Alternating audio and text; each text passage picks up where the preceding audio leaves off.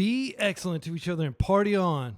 We're back for a review of my 2024 Legacy Eternal Weekend Championships experience. Here is me standing with none other than the legendary Bryant Cook, creator of the Epic Storm. He gave me this cool card and signed it and said, "Keep storming." Very chill dude. So what we're going to do in this video is we are going to review what it was like to be at Eternal Weekend. We're also going to talk about my performance. I'll go ahead and tell you that I did pretty well. I went 7-4. So I lost 4 rounds. I played combo almost all day. I was on my Esper list, almost the exact same list that I recently trophied. If you watch the channel and you want to see me play the list, very few changes from that. And I had a blast, an absolute blast. I hung out with super chill people. Every single round, my opponent was chill. When I say chill, I mean like totally understanding. If there were like very minor issues, we just called the judge, we resolved them, wishing each other good luck in the subsequent rounds, being polite to one another. There was like never like that spike kind of like, oh, you know, like angle shooting, nothing like that. And I am so proud of the Legacy community for just being chill human beings. My final round opponent was a Marine who'd retired from the Corps. He had a cane. He was just super duper chill. You know, it was great to just talk with him about Legacy and the fact that like it was such a diverse, interesting format. And I just had a great time. So what is this video going to talk about? It's going to be me talking. I'm not going to play, but I am going to be reviewing the top decks. There are not going to be spoilers. I'm not going to show you the, I'll show you the win rates and stuff, but I'm not going to actually show you the top 8. So don't worry if you're like planning to watch the coverage, but you are going to see some trends in what did well, and we're going to talk about them. First of all, combo. Legacy is combo right now. Let's talk about what did really well. So this is straight from MTG Melee, the software we used during the to do pairings and everything like that. And you're going to see the top 3 seeded decks. Mystic Forge combo, aka Karnforge, was just everywhere. I played against it 3 times. It was incredibly strong. I beat it twice, and I ultimately succumbed to it. That Marine I mentioned just completely stomped me in the final round with it. We're going to be talking about this Death and the Cephalid Breakfast with Nadu list. I hung out with this guy, super chill from Boston, a pretty young kid, probably like a college student or something. But he just completely destroyed. He never lost a round. Basically, he was able to draw twice to get into the top 8. And again, I'm not going to review who did what in top 8. I'm going to save that. Like, if you haven't watched the coverage, should be live soon. It's probably somewhere on Twitch. I haven't watched it myself. I don't even know who won. But I'm just going to be looking at who did well in Swiss. Death and Taxes with Yorian. So very similar to Espervile, except foregoing the black and the blue and instead getting in Broadside Bombardiers. This was a very effective strategy. There was another Death and Taxes player who was on Boros. That was in the top 12. We're going to be reviewing this Esper control list. Very cool. This Dimir, not this Dimir Reanimator. You'll note that like Psychic Frog, there were actually only 4 Psychic Frogs, 1 Psychic Frog deck in the entire top 8. And there were not that many decks that did well with Psychic Frog. We're going to look at this Dimir Delver deck. We're going to look at Soul-type Beans. Max Perrin, shout out to him, one of my opponents.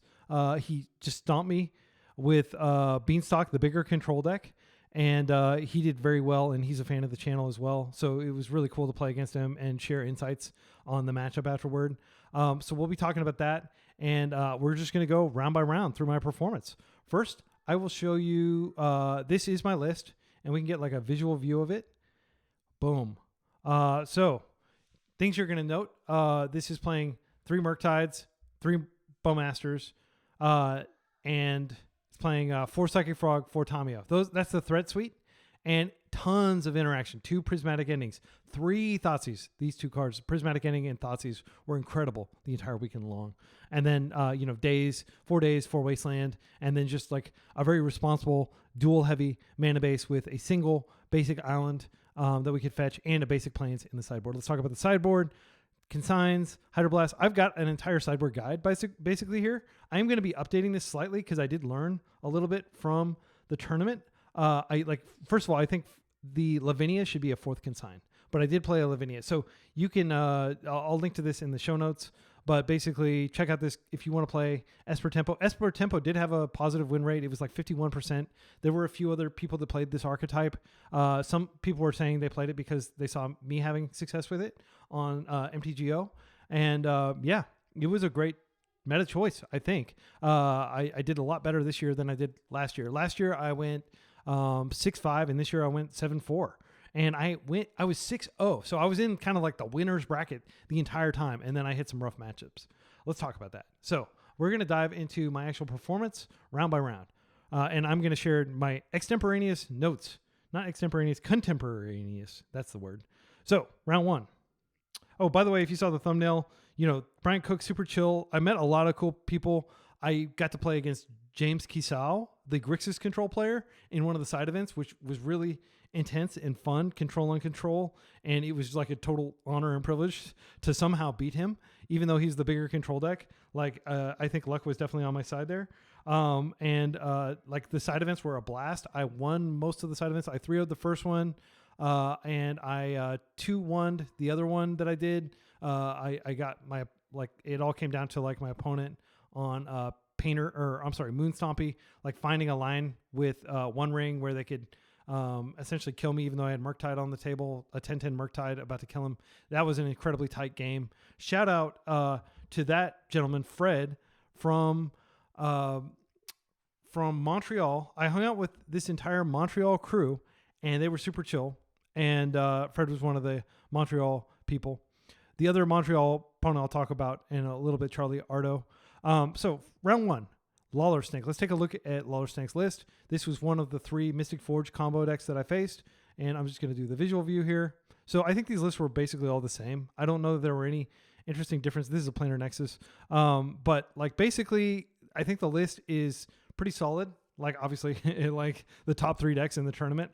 There were 11,055 people. I came in 124th. So I did technically come in the money, and I won $125, which is just about enough to pay for the entry into the tournament and entry into the event. You had to get a badge. So basically, the event was a wash. If I spent probably another $1,000 on flights, food, and hotel. So it's not like this was a EV positive trip, but I had a blast, and it was absolutely worth it. And I am absolutely going to go next year, and I encourage you to consider going next year, and I hope this video will encourage that. But let's take a look at the list. So Paradox Engine is one of, they have 6 monoliths, and they have 3 Mystic Forges, 4 Kozilek's Command, 4 Fleshrakers. These Kozilek Command and Fleshrakers, these are the new additions to the deck, and man, do they make it powerful. Same thing with Vexing Bauble. So those cards kind of dictated the matchups. Sideboard, not too surprising. My opponent did, I had a very smart opponent who brought in a Tormod's Crypt in the final round, that Marine I was talking about. I did get latticed once, and usually Disruptor Flute came in, and that was pretty powerful. And Snaring Bridge, so all these except for the Master Core made an appearance in my matchups. Let's talk about them. So I'm just going to read my notes verbatim, and I'll show the visual view of the deck while I do this. So I'll kind of zoom out so you can see more of it. It's a big deck. So round 1. And I have everything. What I do as part of my self-care is I walk around after each match, because there's almost always time after the match. When you have this many people, some of them are going to go to time. And I just listen to music. I was listening to a lot of Danzig and Genesis, and then I switched to this album, which is fantastic. If you want to listen to some 80s over the top theatrical music, ABC, The Lexicon of Love. I cannot recommend this higher. It's a 1981 album. If you love 80s music, if you just love pop music, but this just gave me energy throughout the entire weekend. I was singing the songs and just pacing around the floor and probably looking like a maniac to everybody. But okay, so round 1. My opponent, I look him up, and I know he's on Karnforge, or I suspect he's on Karnforge. Always look your opponents up if you can. I was only able to look up a few people, but it was helpful whenever I did find out somebody was on something. So since I knew they were on Karnforge, I was able to mull a double Plow hand that would have been totally dead. Plow is totally dead. plowing a Fleshraker is pretty bad. Like, you can definitely prismatic end this, but you can prismatic end so many other things. So plows obviously just get sided out in favor of bringing in the other two prismatic endings for the board. But I knew to mold that hand, and I kept Wasteland, double Thoughtseize, and basically I just went for his monoliths, and that slowed him down. Like, he had all the keys, but he didn't have the monoliths, and that was how I was able to. I ultimated Tamio, I think, twice against this person. Game 2, they're on the play. I think I was on the draw almost every round, just bad roll luck. But my opponent was able to just chain one rings and keep my Murktides and everything back and just win that way. And that's one of the powerful things they can do, is just one ring into one ring and essentially have kind of like a virtual moat effect. In game 3, I have, okay, so this is a cool play. My opponent, I have everything going on in terms of I'm about to Tamio ultimate. I've got like a frog on the table that's about to hit for lethal once I've Tamio ultimated. I can just fly the frog over their Fleshraker and over their spawn tokens and kill them. And probably they have constructs at this point. And they play Disruptor Flute. Well, I have Prismatic Ending, and I'm able to Prismatic End the Disruptor Flute on Tamio, and I'm able to draw half my deck, and that's the end of the game. So that was a clean. It wasn't like they did get a game on me, and most of these are hard fought. This one, however, is not hard fought. This is round 2 against Lands. I don't think Lands is well positioned, but my opponent seemed to be a very good Lands player. It's just that Lands, it's rough. Game 1, my opponent opens by playing a Mox and discarding Riftstone Portal. So now they can tap any land, including like Dark Depths, and then get either green or white out of it, which is really strong. I'm in trouble, and I'm on the draw, and I had a mulligan. But I play Tamio and I pass, and I hope that I'm not dead. And then they play Stage and they pass, and they have basically Dark Depths, just like waiting in the wings, like a crop rotation away from death, basically. But I have a Wasteland, so I play it, and I never tap this Wasteland the entire game. It just sits there, threatening to stop their combo. And then basically I just keep attacking with Tamio, and I'm able to flip it and start ticketing it up. And then I just find a second Wasteland, and I just float that out there too. And they're never able to make it, and I'm able to like draw half my deck and win. And basically they just concede when I ultimate, because I have a frog out. Game 2, my opponent goes double Mox. This is the expensive Mox. Where is it? Mox Diamond. They play double Mox Diamond, and they pitch a Tabernacle and like a Ghost Quarter, and I'm like, holy cow! And then they play a Sphere of Resistance, and then they play a Wasteland. So it's like no fun for you. And I'm like, okay, damn. And my hand is like Underground Sea, and I think like a Wasteland. I can't remember what my hand was, but I don't have a lot of lands. But I play out my Underground Sea, and I'm basically just like, okay, I guess this game's probably over. But I do have Prismatic Ending, and for some reason he doesn't waste me. I think what he's thinking is I'll waste his waste, and then I can clear the path for my, like, I think he's planning to use the Wasteland defensively rather than offensively to defend his combo. But he lets me play a Tundra turn 2, and bam, Prismatic Ending on his Sphere of Resistance. It does not matter that the Sphere of Resistance taxes Prismatic Ending. Prismatic doesn't look at the casting cost. It looks at the number of colors spent to cast it. So I'm able to exile his Sphere, and then things go downhill very quickly for him. I get a Tamio out. I pass it. I have Borrower up. I have Plow up. There's no way I'm going to get Merit Laged, and I'm able to find a Wasteland. So I have Frog in hand, and I have Thoughtseize in hand, and I'm like, man, it's got to be correct to just jam this Frog. Like, he has one card in his hand. What could it be? Well, I decide to go ahead and Thoughtseize anyway, and the card he had in hand was Swords to Plowshares. So don't ever assume that your lands opponent just has lands in their hand. Like, Thoughtseize is still a valid play, even like turn 4. They get the Tabernacle out, and they just start wasting me. They get Crucible of Worlds out, and they're wasting me every single turn. And basically, I'm like running out of lands, trying to keep my Frog alive every turn. And the turn before, and by the way, I can't fetch basics because they have Ghost Quarter, and that's even worse. They start Ghost Quartering me, then I don't even have basics in my deck, right? And that also decreases the density of lands in my deck. So I just keep cantripping and finding lands, and trying to get Tamiyo up to ultimate level. And I do. And I ultimate Tamiyo, and I'm able to attack for lethal, and that's the round. Prismatic Ending felt amazing in this matchup. And again, like, land's win rate was very low, and this was the only land. Actually, I only faced 2 non-combo decks the entire time. If you look at the decks I faced Sultai Beans, and I faced Lance. Those were 2 control decks, and everything else I faced was Reanimator or stuff like that. Okay, so let's take a look at Reanimator. This is round 3, so I'm 2-0. And this is a mono black Reanimator. It is much more aggressive and combo-y. It's got 10 discard effects, 4 Thoughtseize, 4 Unmask, and 2 Duress. Here.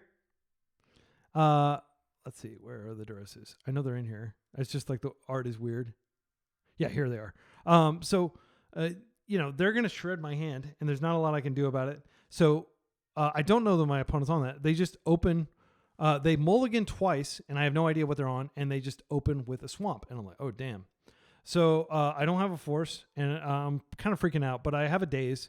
And the next turn, they just play Dark Ritual. And I'm like, okay, this is the classic Thoughtseize you, Entomb, Gristlebrand, Reanimate Gristlebrand. Like, I've had that done to me, not millions of times, but probably dozens and dozens of times over the year. The exact sequence of events. So I just go ahead and daze the Dark Ritual, and it turns out that that was they didn't have enough mana to really assemble anything before I got my counter magic, and I was able to Thoughtseize them and take some of their action cards. And if you stop the card that they use to put the good card in their graveyard, then they can't really do anything, right? Like, they have 10 reanimation effects. They have a lot of fatties, but they have to get a fatty in the guard somehow. They can always unmask themselves or Thoughtseize themselves, but that's pretty ugly. Okay, game 2. I still don't know what he's on. I'm not certain he's on Reanimator, but that's what I'm thinking he's on. But just in case, he could be on some sort of Storm deck, like Mono Black Storm would take that line. So I basically... No, wait. So I wasn't able to Thoughtseize them game 1. I still don't know what they're on. I just board in Lavinia. Because I know Lavinia is going to be good against Storm, and it's probably going to be okay against Reanimator. Maybe not great. Maybe not actually even good, now that I think about it. Lavinia is the one card that I'm removing from my sideboard, by the way, in favor of just having a 4th Consigned to Memory. So my opponent opens with a Chancellor. They're on the play, and it doesn't even matter what's in my hand. Yes, I have I think a force and stuff, but I never get a chance to use it. My opponent goes Petal, Swamp, Entomb, Reanimate, Gristlebrand, and then they do draw a bunch of cards, and they pass the turn, and I let them pass the turn so I can see what they discard, and they discard a Shieldred. And then I'm like, okay, they're probably mono black. So now I am able to bring in my Containment Priest, my Grafdigger's Cage, stuff like that.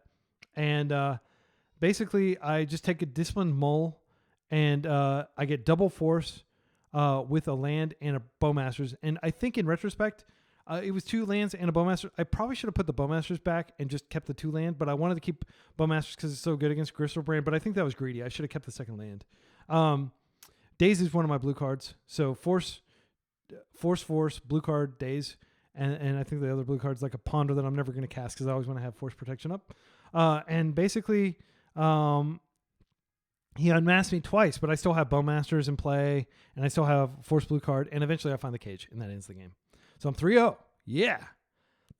Let's go to round 4. So round 4 is against Sneak and Show, which I'm not sure if it's a positive matchup, but I totally crushed them. And I played Sneak and Show again. I've never lost a game to Sneak and Show throughout the entire event. But I'm on the draw, and my opponent immediately gives me Sneak and Show vibes when they do Basic Island and the Ponder. I never play out a Basic Island and Ponder anymore. What I will almost always do is wait and see what they play. If they play a Wasteland, then I can decide, but I'll just go get a Surveil land, and then I'll cast Ponder off the Surveil land, so I get an extra look to find another land if I'm on a 1-lander. So when my opponent does that, it gives me a vibe that they're on some sort of combo.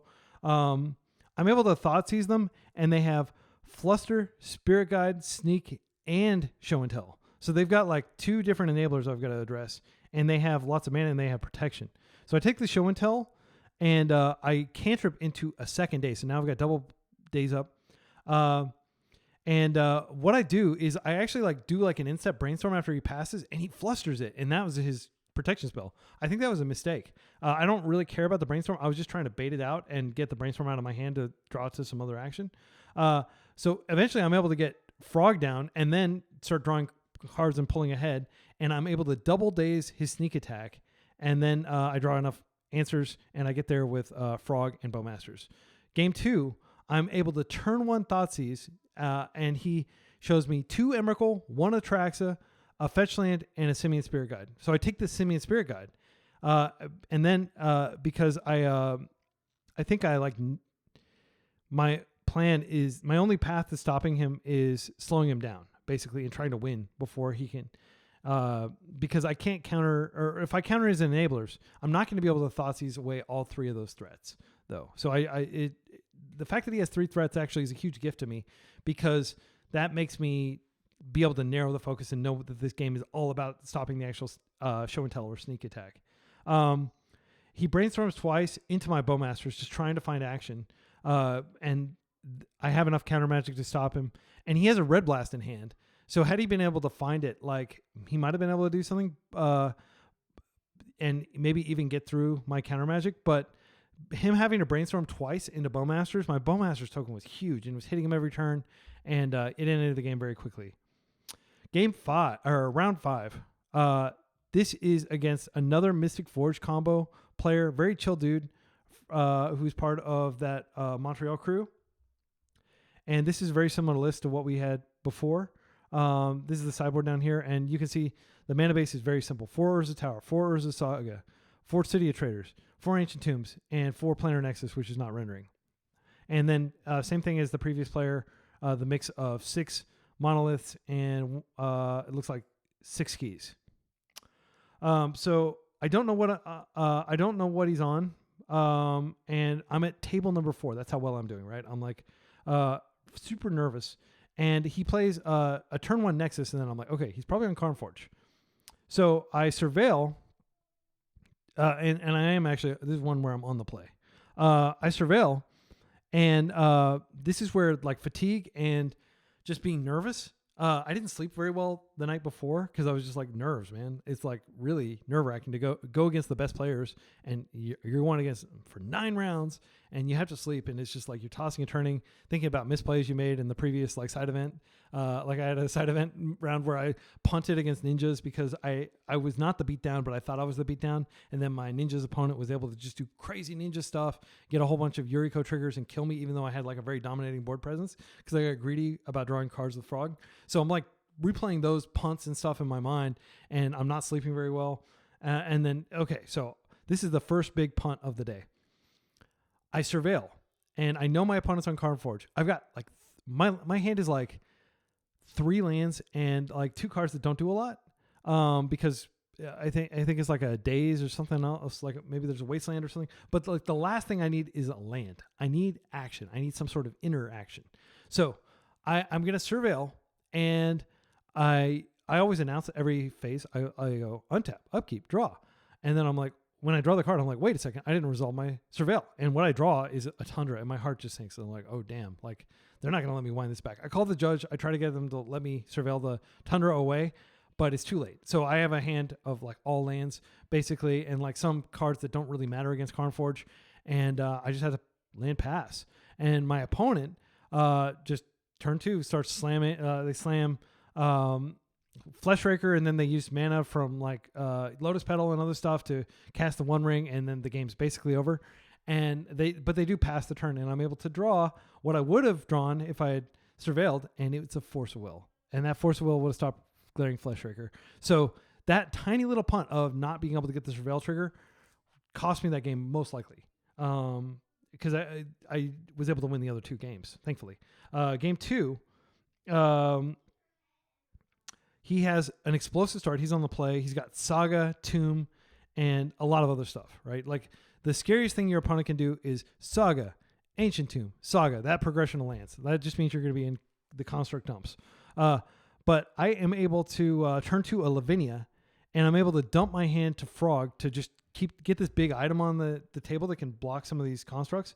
And I think I ponder at one point, and I see like 2 wastelands, and I'm just wasting every turn. And he can never get like enough lands to really cast his spells with Lavinia out there, and Lavinia is just so strong.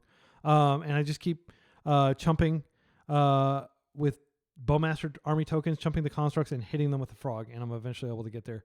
Game 3, I'm on the draw again. He dumps like 4 permanents into play on his turn 1.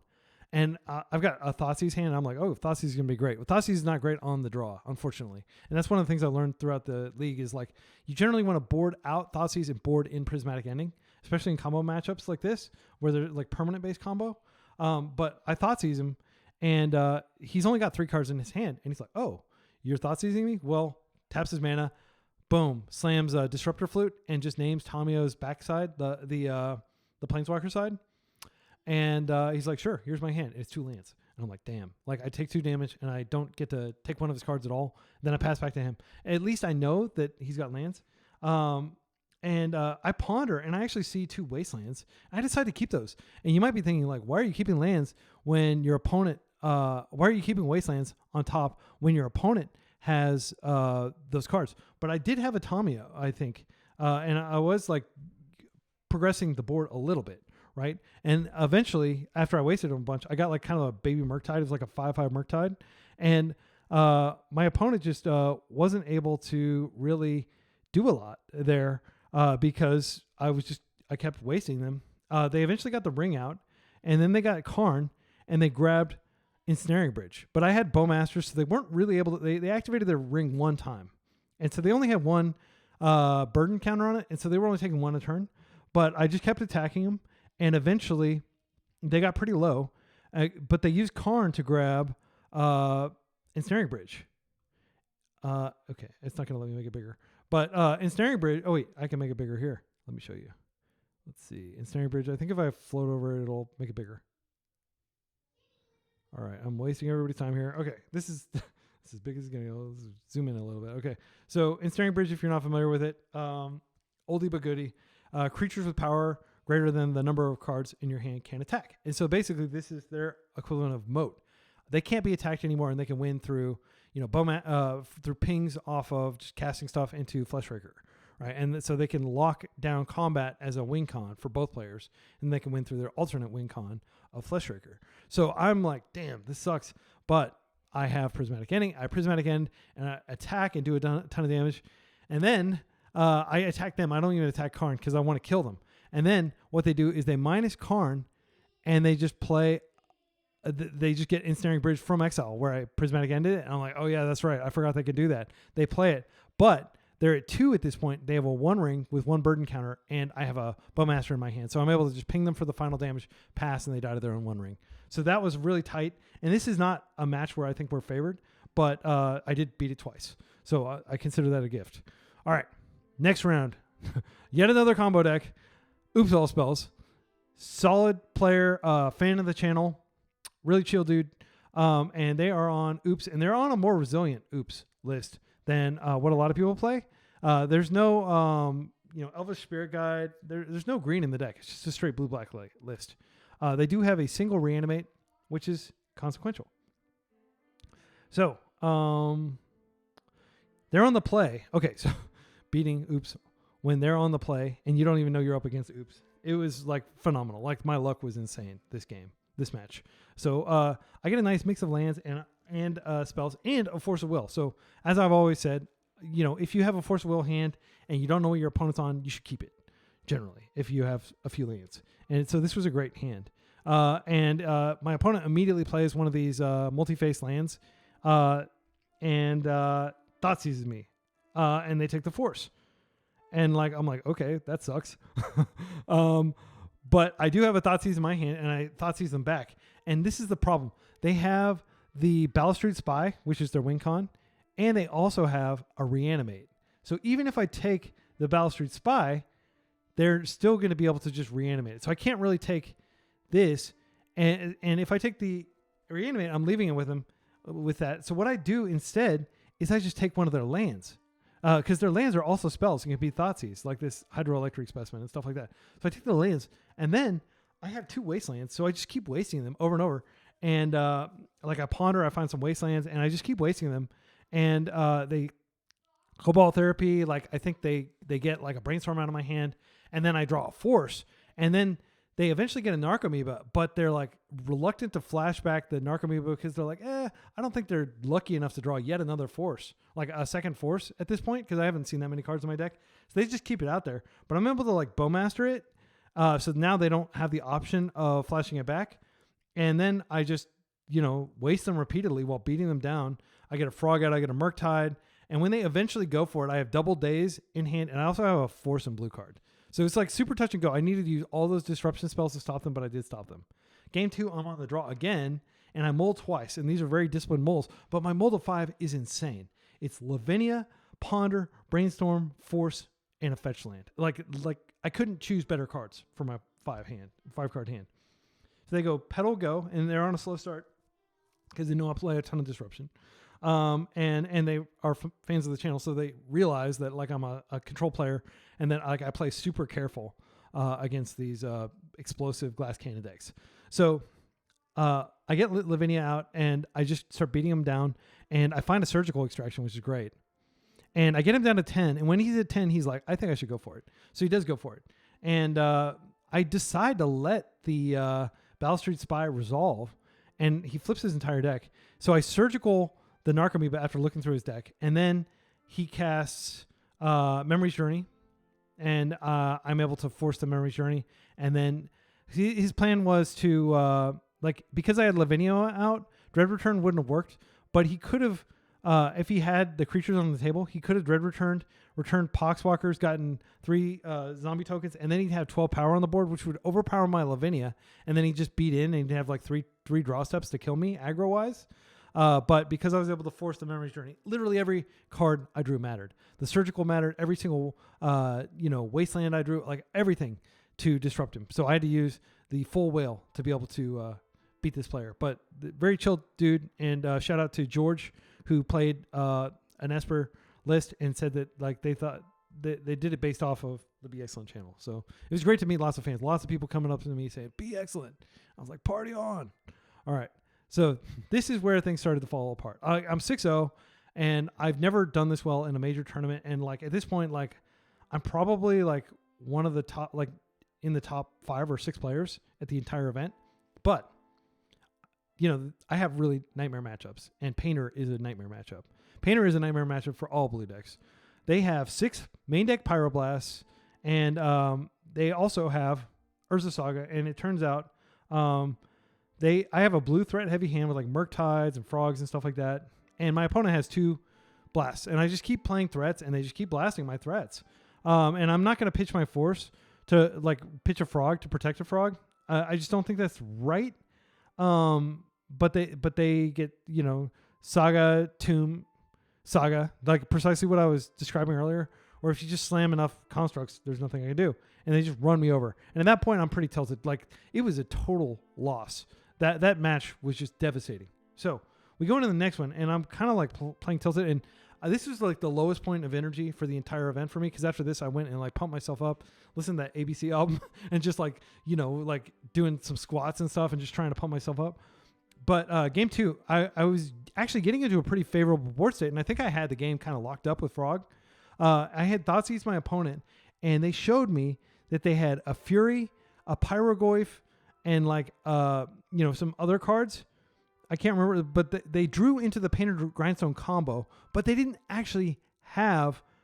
So they drew into Painter, and I think they used Saga to go get Grindstone. So they had 1 construct, and they were 1 mana shy of being able to Grindstone me. And I think I had like a Hydroblast in hand. I didn't have a Hydroblast. I think I had a lot of good cards. Like I had a Murktide, I had a Bowmaster, I had another Frog, and my only permanent on the table other than Lance was a Frog. And they attacked with a Construct, and for some reason I forgot that they had Fury in their hand, because this was like a pretty long game, a lot of back and forth, and I'm like tunnel vision on the fact that I'm dead next turn to Painter. But I do have a Plow in hand, and I can Plow the Painter.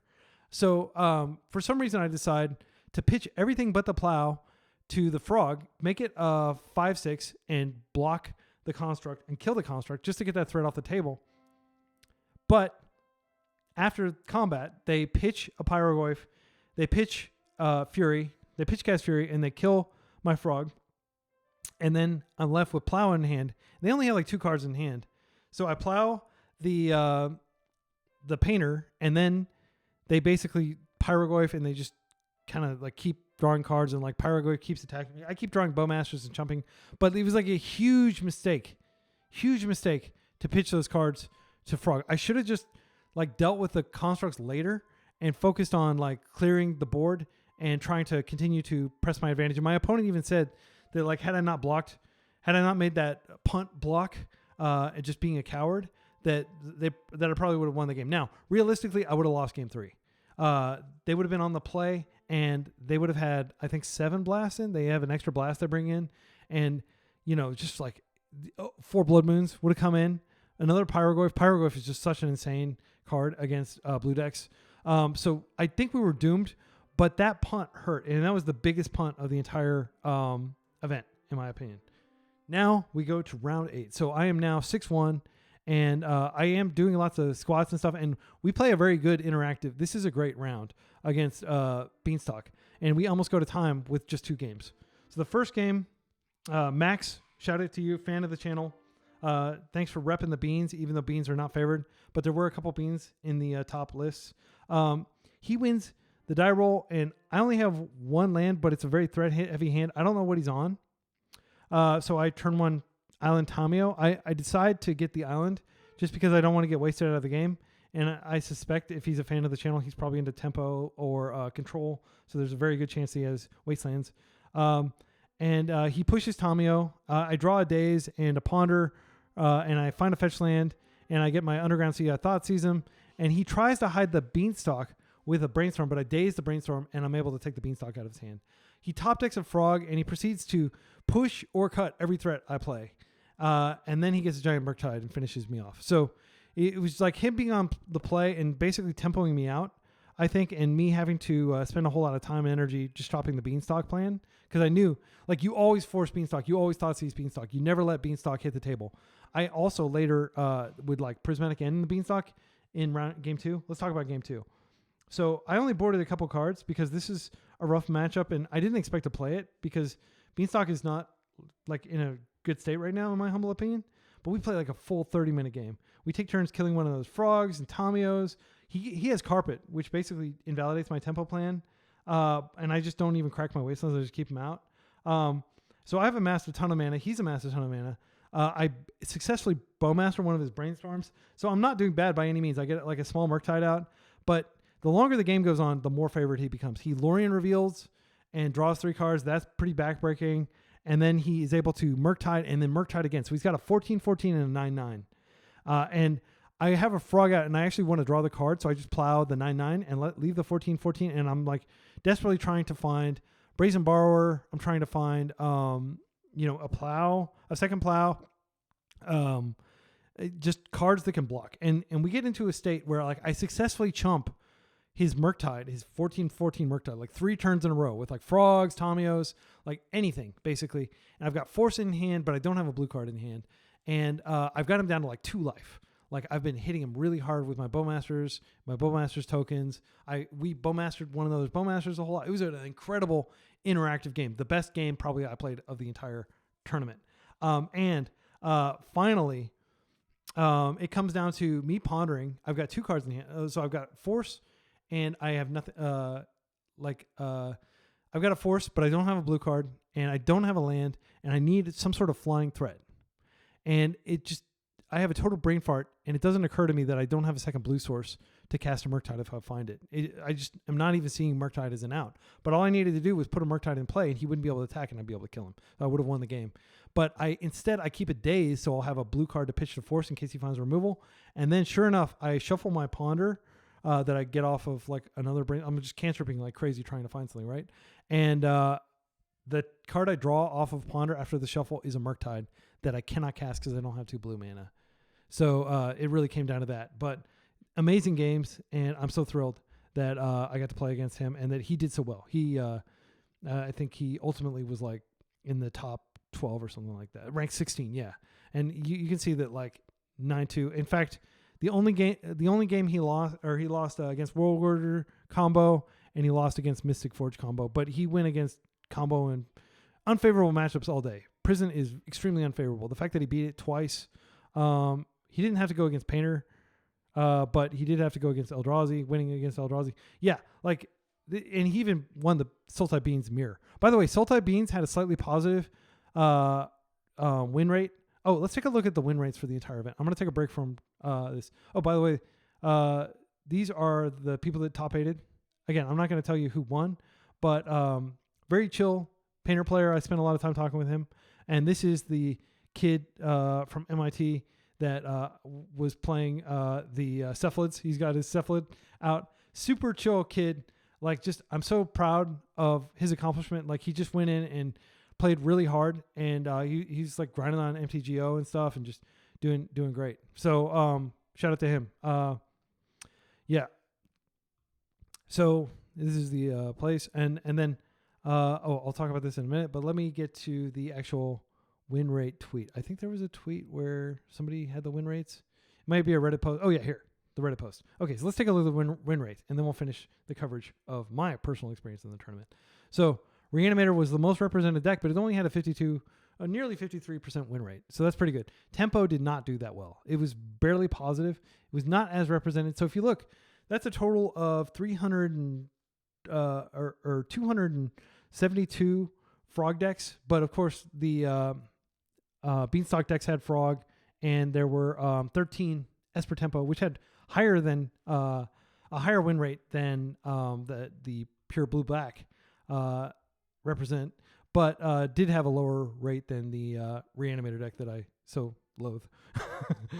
And by the way, I built my entire deck against it, and I only played against it once, which I think is the next round that we're about to talk about, is my experience with Dimir Reanimator. But Moon Stompy had a negative win rate. Eldrazi Stompy did okay. Like, I mean, it did positive. But like, you would expect it to do better because it feels really broken when you're playing against it. Painter did pretty well. But the real standout here, Mystic Forge combo, 61% win rate. It's just insane. 40 people repping it. Very strong. Some decks that did not do well. Jeskai Control, 42% win rate. Sneak Show, 47% win rate. Lance, 44% win rate. Beans, this is the non-blue black, non-bug beans, 39%. This is what I was saying.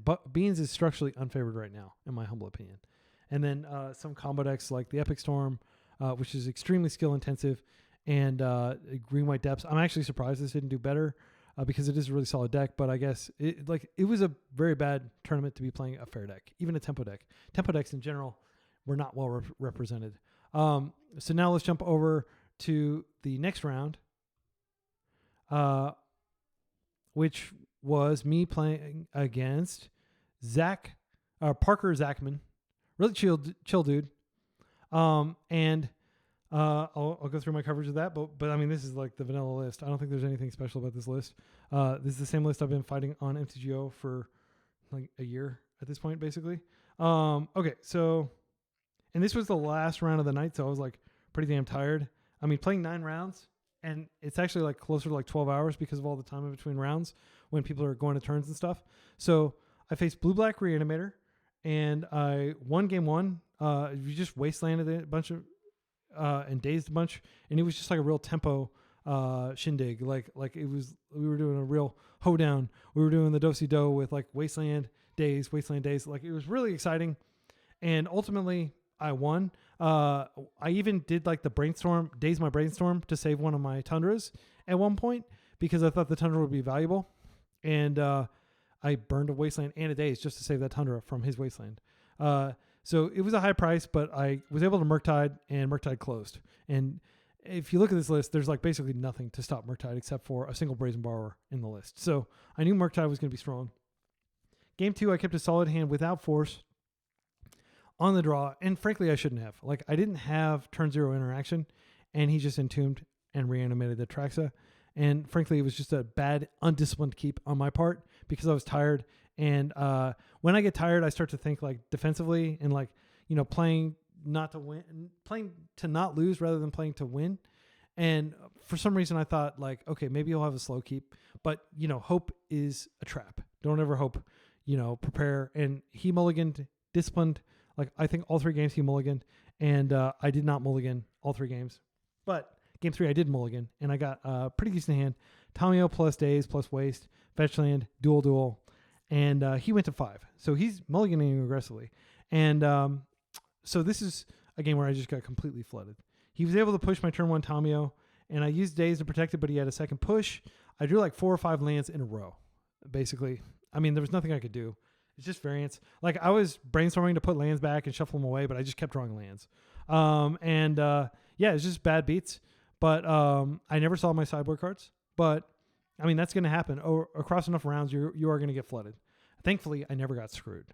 I never got mana screwed the entire event, and I feel like the going up to 20 lands was huge.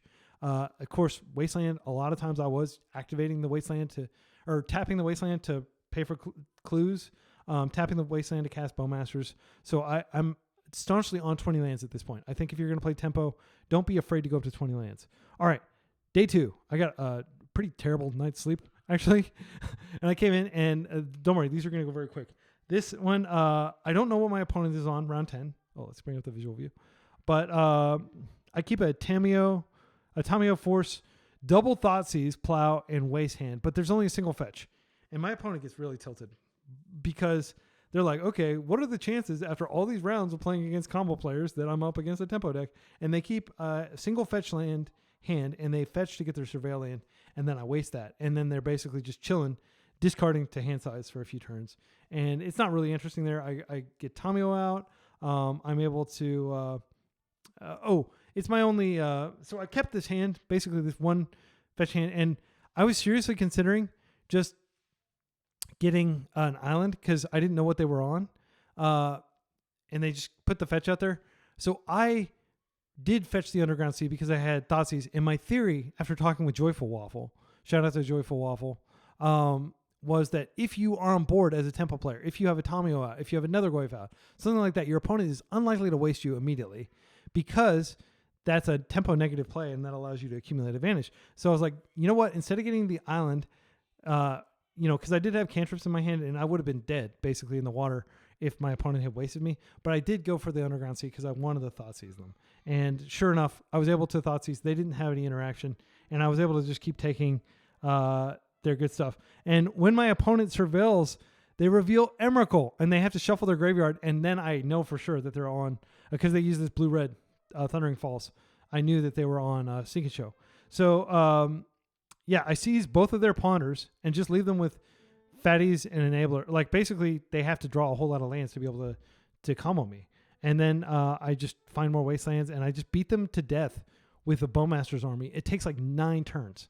But they're just so frustrated and tilted. And shout out to my opponent. Like, they were really having a rough time. They were really pissed. But afterward, they were like totally chill. Gave me a ton of feedback on my play. It's just, I think in the heat of the moment, they were upset. Because they were getting, screwed. They were getting doubled. Game 2, my opponent has a heater. A very strong heater. They open Vexing Bauble. But I have a Force in my hand. But now it's a dead card. So I play Tamio, and I have a Containment Priest and a Lavinia in my hand. And I go ahead and I Thoughtseize them turn 2, and they have everything. They have the full combo. They have Fatties. They even have this Yggdrasil card that they can use to sneak in the... where is it? It's in here somewhere. This Yggdrasil Rebirth Engine. And they play that out. And it immediately, because they surveilled an Atraxa into the graveyard, they're immediately able to put Atraxa under there. And so I'm like, oh, damn. But when I Thoughtseize them, I noticed they didn't have any counter magic. And I'm able to end-step flash in Containment Priest, and they literally don't have an answer. There's no answer, I think, in their entire 75 for Resolved Containment Priest. They don't have a Braid or anything like that, so they just concede. And, yeah, that was a really quick game. And then we spent the next, 20 or 30 minutes just talking about tempo because they were a Delver player, and they made kind of a last-minute decision to play this because, it's a good decision, frankly. You should be playing a combo deck when everybody else is playing a combo. And you should just hope that you're the faster combo deck or the more robust combo deck. They are a combo deck that can play Force of Will, right? But, yeah, I got to Delver them, and it felt great. And Containment Priest was insane and just won the game. So, final round. I already told you how this ends. We'll go over this very quickly. my opponent essentially just smokes me. Like it was just incredibly fast. So game one, I start going upstairs with Tamio, and he opens on a planar nexus. I waste, and then he has a pithing needle for the backside of Tamio. I prismatic end that, and then I flipper, but he's already assembled enough mana to storm out with Fleshraker, so I just get burned out. Game two, we both mull, and he mulls the second time. I've got Wasteland, Bowmaster, and 3 other lands. I don't think that this was great. I sided out a land, and so I actually only had 19 lands in my entire deck. So I didn't think I'd get flooded, but I did. I just kept drawing lands, and I wasted his Saga, and I just keep drawing lands. And he turned 3 Paradox Engines, and then the game just spirals out. He's got 1 ring, and I lose. This was by far the shortest match. I think it was like 10 minutes total. That was my Eternal Weekend experience. Final rank 124th. I'm going to take this time to look at some other lists that I think are really cool. So I'm not going to pop up the visual view because I think it's kind of janky and I don't like the arts and stuff that it defaults to. So we're going to talk about this list. So this is a cool list. Esper Control. This I think came in 10th.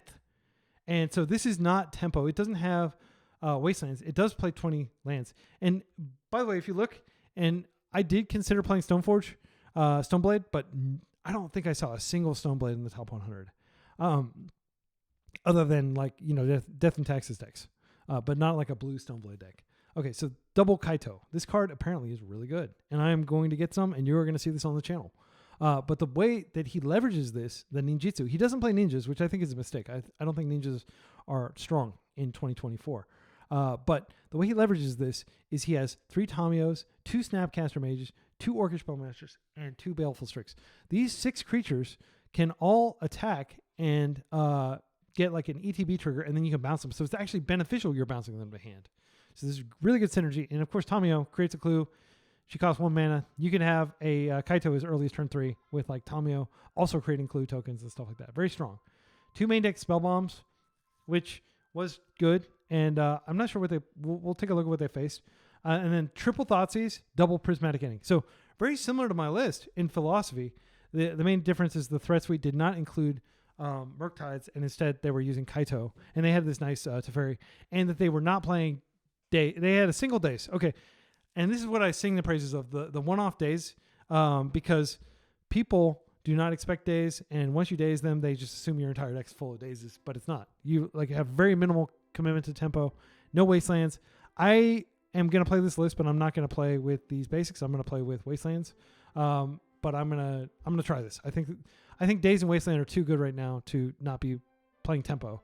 But I'm gonna definitely work Kaito in, and I might work some Bowmaster. I'm not wild about Snapcaster, but maybe some Strix and some Bowmasters. They do synergize well, and I definitely think you should have 4 Tamios. But again, there's a saying, no arguing with success. I'm gonna nitpick, but ultimately, this player obviously knows what they're doing. If they came in 10th with a totally rogue build, I don't know if anybody else was playing this exact list. So sideboard very standard. They were playing Harbinger, and maybe the reason they had the basics is because they do have Harbinger. But I think if you're going to play Harbinger, you should probably have sideboard basics, or at least one basic in the side, because basics are really going to screw you over a long tournament. Like, you don't want to have too many basics. And I also think that playing Scrubland is greedy. But anyway, that's just my thought. But let's take a look at what they faced. They faced Mono Red Painter, which is hard to win. They faced High Tide, which is probably like practically a buy. But maybe not for them, but for us, it would have been a buy. NBC Doomsday. I'm not sure what NBC stands for, but they 2-0'd it. Look, they barely lost any games, right? They lost 1 game there. They lost 1 game here against Demir Tempo. And then they lost 1 game here. And actually, these were other players winning. So let's take a look. So Jared, this is the painter player. I hung out with him on the bus back to the airport. Super chill dude from Boston. Shout out to you, Jared. He got high enough to get like one of the crop rotations. I think he won a cash prize as well on painter. But like, I think this was his 1 loss. I think he only lost, or maybe he lost twice. He didn't quite get in the top 8, but yeah. Taking down Painter and one of the best Painter players at the entire event in an event full of painter players, that's quite an accomplishment, 2-0ing a painter with a blue deck. So let's see. Demir Tempo, he beat that, which you expect. When you have plows in your deck, you're going to be able to be the bigger control deck against blue-black Tempo. He drew against Nadu, which can happen. Nadu's non-deterministic, and you should wait. Even if you're playing fast, Nadu can take forever, and you don't have any control over it. Alec in the Ink, famous player that you'll often see on 90s MTG on Self-Led Breakfast. Ryan Ascott, the person whose deck we're looking at, won another Tempo or Frogmere, I guess, but like totally different decks. Demir Tempo beat Esper Dreadnought, which is a list that we're going to take a look at because I think it's a really cool list. And then lands, and then won against Painter again. So this deck apparently can beat Painter, which is remarkable. Painter is the nightmare matchup for blue decks in general. I think it is the worst matchup for the deck that I was playing is Painter. All right, let's jump over to this Esper Dreadnought since we're talking about it. So 61 card special, 108, so ranked slightly ahead of me because they got a draw instead of a loss. And let's take a look at their list. So this is very similar to what I was considering playing. We are going to have a video from Jorge Chica on the channel. Very strong player. I think he's from Spain. He's all about this Curie. You'll note that they're also playing Abhorrent Oculus, Evren, I believe, Axoy. And then they're doing 3 Dreadnoughts, which, I mean, why not 4? Dreadnought's so strong, right? But 2 Dress Downs, 3 Ponder. So this is a very, questionable, but it shows that this archetype, even in like a list that I would argue is not very optimized, like a Baragoyf doesn't really synergize really with anything going on here. Only 3 Tamios, only 3 Psychic Frogs. Even with this, they were able to do quite well. And they are playing the 4 days, the 4 plows, and they are not playing any prismatic endings. But this is a cool list, and I'm glad that some people were playing it. I was too afraid of just running into fatal pushes all day long, but they apparently did really well against Reanimator, even though Reanimator plays a lot of fatal pushes. Look, they played against Reanimator 5 times and only lost once and drew once. Yeah, that's pretty good. So, cool list. Other list, this is, I think, the more responsible list, which is just the blue-white. 13th, very strong performance, only 2 losses. This is a very stock list. 3 Doorkeeper Thrall, 4 Dress Down. I do believe Dress Down and Doorkeeper Thrall are better than relying on Stifles because you're not 2-for-1ing yourself to get the Phyrexian Dreadnought. They do have the full 4 Dreadnoughts. You know how I feel about Null Drifter. I think it's a mid card, probably a 1-of at the most. And then, the good removal in a Prismatic Ending and Plows. 3 Dazes, 2 Stifle, 2 Consigned Memory. Consigned Memory is very apt given the makeup of the top decks. Playing Consigns instead of Stifles, I think, is totally reasonable right now. Okay, and then the Wasteland, they did play 2 Volcanic Islands, and the reason they did that is so that they can have access to a Red Blast, a Pyroblast, and which are functionally the same, and just have 3 colors for Prismatic Ending. So I respect that. Splashing very lightly into those colors, and I don't think Red Blast is super well positioned right now, unless you're just a painter deck.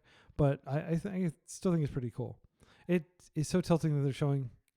Is that the 90s? No, I think this might be the. No, this is the MTG. I was thinking it might be a 30th edition. Sorry. This is the Bug Beans list that Max was on. Just take a quick look at this. My opponent in round 7, I think. 3 Mercs, 3 Frogs, 2 Tamio, 1 Borrower. And then double Nile Spellbomb, very responsible. 4 Beanstalks, 2 Lorien Revealed. Lorien Revealed was very consequential in our matchup. It's basically, Ancestral Recall at that point in the game because they had one of their carpets. How many carpets? They just had 1 carpet, but it was this definitely warped the game for sure. The removal suite, they had tons of removal, 4 Fatal Pushes, 2 Murderous Cut, 1 Abrupt Decay, 1 Shielder's Edict. So 8 removal spells and then a Borrower, so kind of almost 9. Mana base, very conservative in terms of just having no basic forest or anything, which I think is a mistake.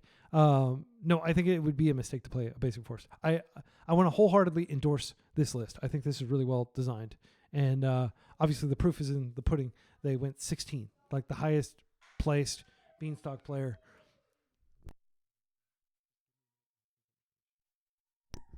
And then we have Dimir Delver, which I think is a really cool list. We've got 4 Delver of Secrets, 4 Nethergoyf, 4 Psychic Frog, 2 Marktide Regions. This is the closest we got to a Delver style list, like a traditional Grixis Delver or a blue-red Delver. And it's also rocking the Nile Spell Bombs, which synergize with the Nethergoyf. And it's playing a Reanimate and 3 Thoughtseizes, so you might be able to take a fatty and reanimate it. And reanimate is just a cheap way to get your Nethergoyf back into play or to get a Frog back in play. I think this is a really cool list. And they're playing Shoot the Sheriff and 4 Fatal Push. So this is very similar to the blue-black tempo, except they're playing Delver. And then, of course, the 17 instants, 8 sorceries. So that's a total of, if I'm doing the math right, 25 cards that can flip Delver, which is not bad. I mean, you definitely wish that these could be something other than Nile Spell Bombs, like some other instance or sorceries, just to increase the likelihood of Delver flipping. But I guess they were able to flip them enough because they came in 19th. So and then I think that's everything we want to look at. Like I just want to remind you that I've got a full deck list of this, or not only deck list but sideboard guide and how I would board in all these different matchups. And I did encounter a lot of these matchups, so I was referencing this the entire time. I strongly endorse printing something out like this and taking it with you to the tournament so you can look at it and you don't have to use a bunch of brain power in between rounds. But take a look at that. And I just want to thank everybody for tuning in. Again, it was an absolute honor and pleasure to play against some of the people I played against. I got a game in against James Kisau on his signature Grixis control deck. It was an absolute blast. And I hope you are able to attend one of the Eternal Weekend events next year. If you didn't attend, it is totally worth it. Like, the Legacy scene is just totally chill, and it's so awesome. So until next time, be excellent to each other and party on.